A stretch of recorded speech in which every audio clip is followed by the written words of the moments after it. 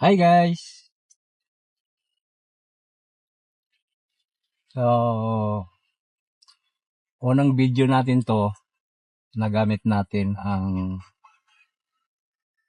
DJI Nano. Tignan natin kung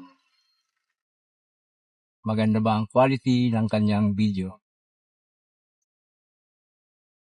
Punta tayo ng SM Mall of Asia ngayon.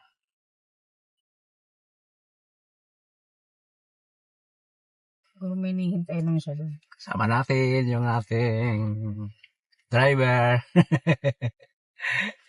Mag-try. Tapos yung Videohan? isa sa likod. Tara, samahan nyo kami.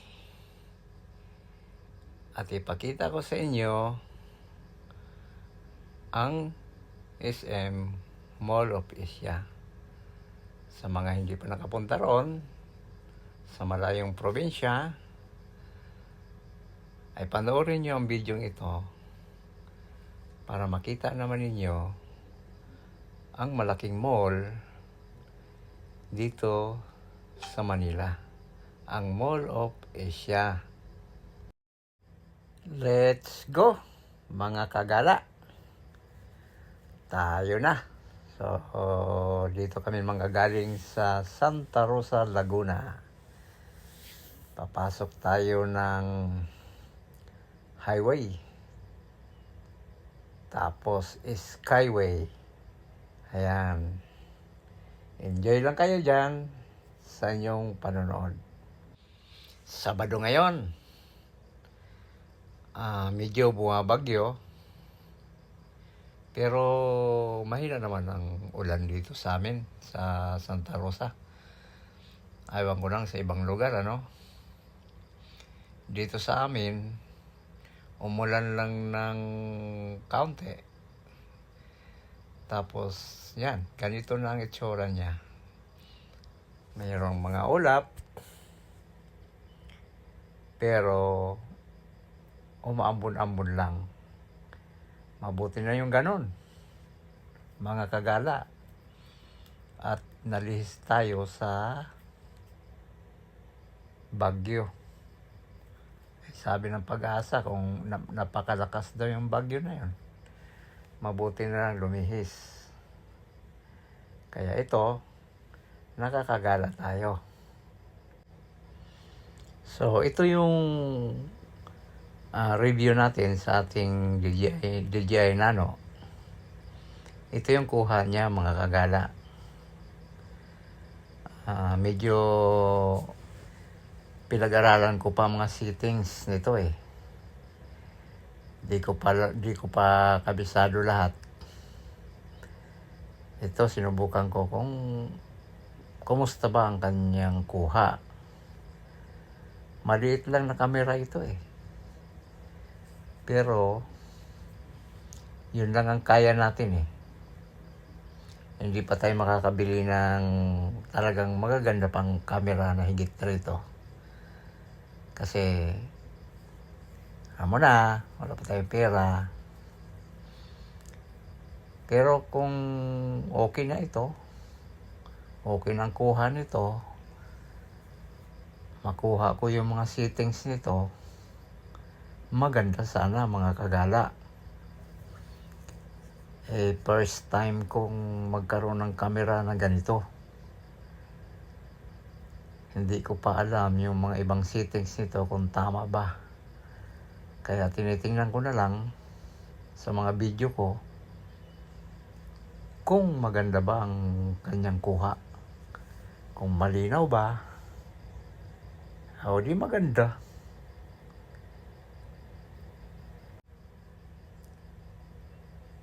Dito tayo sa stoplight. Naka-stop tayo. Ayan, go na. So, sana hindi na umulan muna ngayon. Mahirap kasi pagka tag-ulan, mga kagala.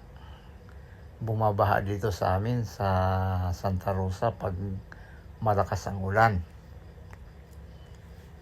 Hindi tayo makadaan. Lalo na dito sa may bayan, medyo talagang lumalalim ang tubig. At saka dito sa Balibago, ganon din dito sa SM. Lumalalim din ang tubig dito pag malakas ang ulan. Kaya buti na lang mga kagala, tumila muna yung ulan ngayon. Hindi ko alam kung tapos na yung bagyo eh.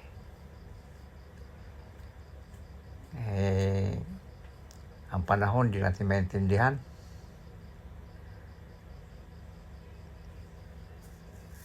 Kahit summer nga, umuulan eh. Kaya mabuti na yung lagi tayong handa, no? Kayo, dapat lagi kayong handa sa anumang oras. Kasi nga, bigla-bigla na lang umulan. Tapos uminit, uulan, ganon yung panahon natin. Kaya, salamat naman at nakagala tayo ngayon. So, dito pa tayo sa stoplight ng SM Santa Rosa. Ayan.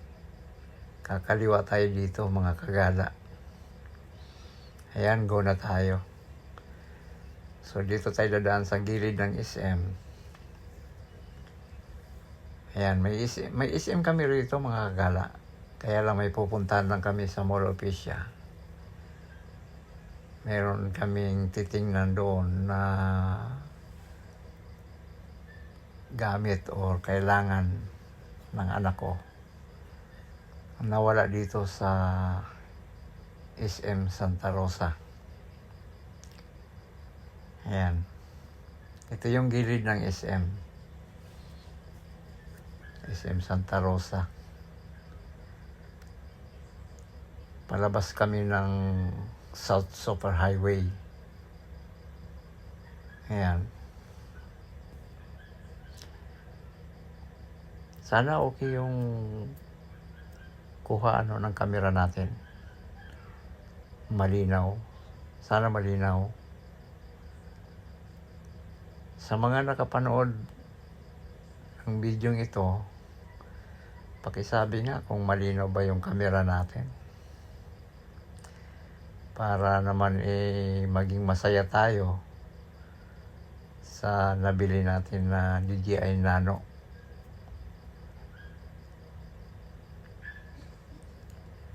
Ayan. So, baka nainip na kayo mga kagala. Maglagay muna tayo ng sound. Okay? Enjoy!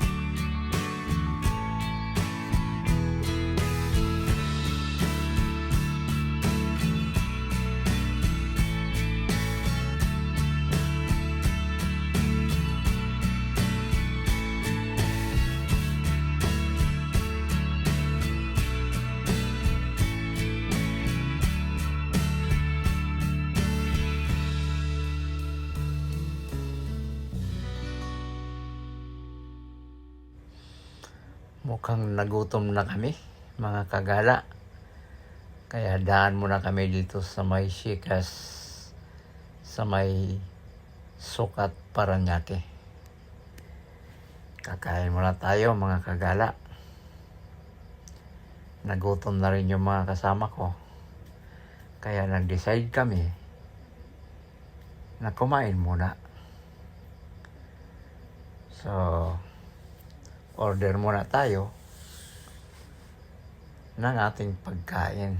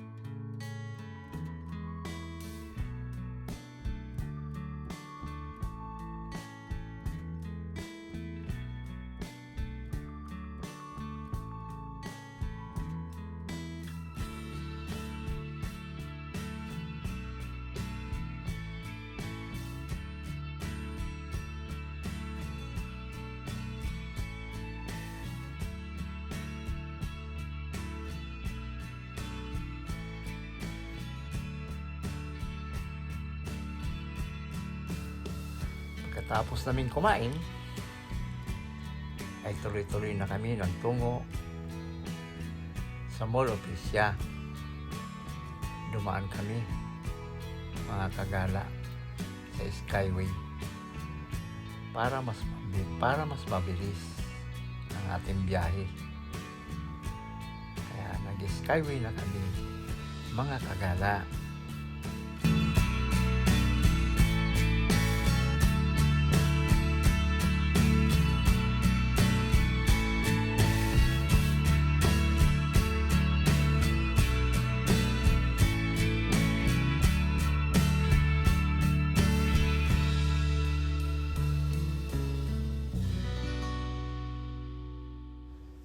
Maganda talaga dumaan dito sa Skyway. Bukod sa magandang tanawin, wala pang traffic. Aywan ko lang sa ibang araw, mga kagala, kung ganito pa rin ba kaluwag ang Skyway. Kasi ngayon, maluwag talaga. At magandang dumaan dito. Ayan, tanaw ko na yung Okada. Ibig sabihin, malapit na tayo sa Mall of Asia. Yung Okada, mga kagala, ay isang sikat na kasino yan dito sa may Pasay, na malapit sa Mall of Asia. Grabe. Alam ba ninyo, mga kagala, na itong daan na ito o itong lugar na ito na dinadaanan namin ngayon ay dati itong dagat. Naalala ko ito noon, nung buhay pang aking ama. Ay namimingwit kami dito ng isda, mga kagala. Kasi ang lugar na ito ay dati itong dagat. Dito kami namimingwit ng aking ama nung araw. Mga 1981. Siguro mga gano'n, 1981. Ay namimingwit pa kami rito ng isda eh. Kasi nga, ang lugar na ito ay dating dagat.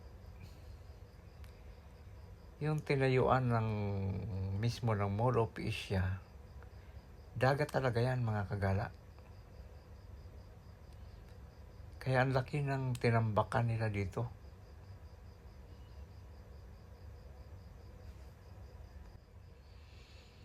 Ayan, nakita ko na yung logo. Yung parang globe. Dito na kami sa Rotonda, mga kagala. Rotonda ng Mall of Asia. Dito, lalo na pag magpapasko, nako, mahirap puntahan ang lugar na ito, mga kagala. Napaka-traffic. Ang problema dito, pag magdala ka ng sasakyan, yung parking, hirap makahanap ng parking dito, mga kagala. Ngayon, kung magtataksi naman kayo papunta rito or mag-grab, ang problema naman dito, mga kagala, yung pag-book ng grab or taxi, mahirap kang makakuha. Mahirap pati ang signal dito, mga kagala. So, dito na tayo sa loob ng Mall of Asia. Ito yung loob ng Mall of Asia. At siyempre, mga kagala, hindi lahat dito may papakita ko sa inyo. Kasi ang laki nito. Ang laki ng Mall of Asia. So, ang una kong pinuntahan ay ang DJI. Kasi may titingnan ako, mga kagala, doon. May titingnan akong gadget sa DJI. Kaya sinamantala ko na. Dahil pumunta rin kami dito, dadaan ako ng DJI. Ang hirap nga lang hanapin. Kasi ang laki ng Mall of Asia. Kailangan natin magtanong-tanong sa mga guard para matonto natin ang DJI Mall of Asia.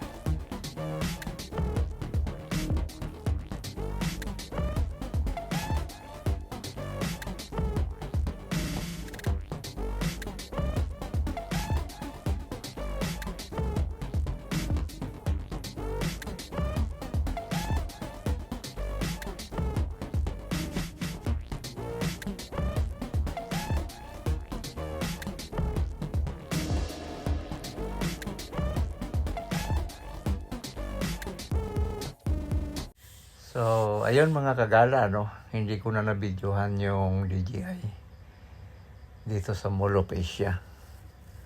At wala pala doon yung gadget na hinahanap ko. So, dito tayo sa likod, mayroon naman tayong napansin dito na may tinambakan sila, Yan, yung lugar na yan, dagat yan. Dati dyan sila dumadaong ang barko. Yung may mga dala na paputok at nagpapaputok sila dyan tuwing malapit na ang Pasko. Dating dagat yan, mga kagala. Ngayon tinambakan na naman. So, salamat mga kagala, sa inyong panonood. Kung nakarating man kayo dito sa dulo ng video ko, maraming salamat sa inyo at sa inyong suporta sa ating channel. Thank you very much, mga kagala.